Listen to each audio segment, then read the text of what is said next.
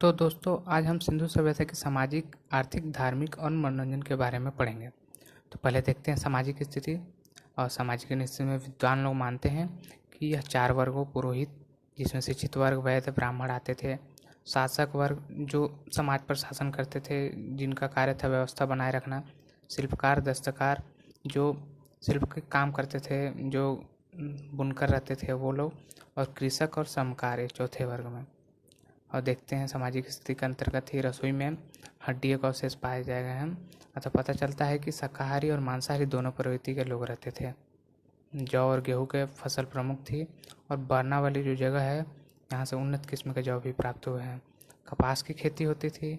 इसके साथ ही हम देखते हैं कि मोहनजोदड़ो से चरखा, तांबा का एक घड़ा प्राप्त हुआ है जिसमें सोना चांदी और रत्न थे। एक मटका हुआ है जिस पर सूती वस्त्र का बना पाया है। सिंधु सभ्यता के लोग श्रृंगार प्रिय भी थे। वो बताया जाता है कि सिंधु सभ्यता में जो भी स्त्रियाँ थी वो लिपस्टिक का भी प्रयोग करती थी और श्रृंगार प्रिय थे वो लोग। मनोरंजन में ये लोग शतरंज, आखेट, नृत्य इत्यादि चीज़ें करते थे। मिट्टी के खिलौने प्राप्त हुए हैं जिनसे पता चलता है कि बच्चे लोग खेलने के लिए मिट्टी के खिलौने बनाए जाते होंगे। हम आर्थिक स्थिति में देखते हैं कि सबसे पहले कृषि बहुत अत्यंत समृद्ध था, उन्नत था। पहले ही बताया गया है, जौ और के प्रमुख फसल उन्नत किस्म के बीज मिले थे बारनावली से। उद्योग में देखा जाता है तो सूती वस्त्र उद्योग पर्याप्त था। सूती ऊनी कपड़े का भी निर्माण होता था। धातु उद्योग भी था, सोना चांदी रंगा इत्यादि से। धातु की ये लोग जानकारी थी, इस धातु से ये लोग औजार बनाते थे। लोहा की जानकारी थी। नई धातु बनाने की प्रक्रिया भी जानते थे, जैसे एसन और कॉपर मिलाकर कांसा बनाना। कुम्भकार उद्योग देखते हैं, इस समय मिट्टी के बर्तन मिलते रहते हैं, अतः उस समय के मिट्टी के बर्तन अभी प्राप्त हुए हैं, जिसे पता चलता है कुम्भकार उद्योग भी था। पत्थर की मूर्तियाँ मिली हैं, मातृ देवी की मूर्तियाँ मिले हैं, पत्थर के लिंग मिले हैं, इससे पता चलता है कि पत्थर का उद्योग था। यहाँ से आपको व्यापार में देखते हैं कि सीरिया मेसोपोटामिया से व्यापार था, और इसके लिए मेलुहा शब्द मिलता है, प्रयोग में मिलता है। और अफगानिस्तान, बलूचिस्तान से चांदी, तिब्बत से गेलेकाइट, हजारीबाग से टीन, दक्षिण भारत से बहुमूल्य पत्थर का व्यापार होता था। ग्राम से शहर के लिए पदार्थ और शहर से गांव की ओर वस्त्र जाते थे।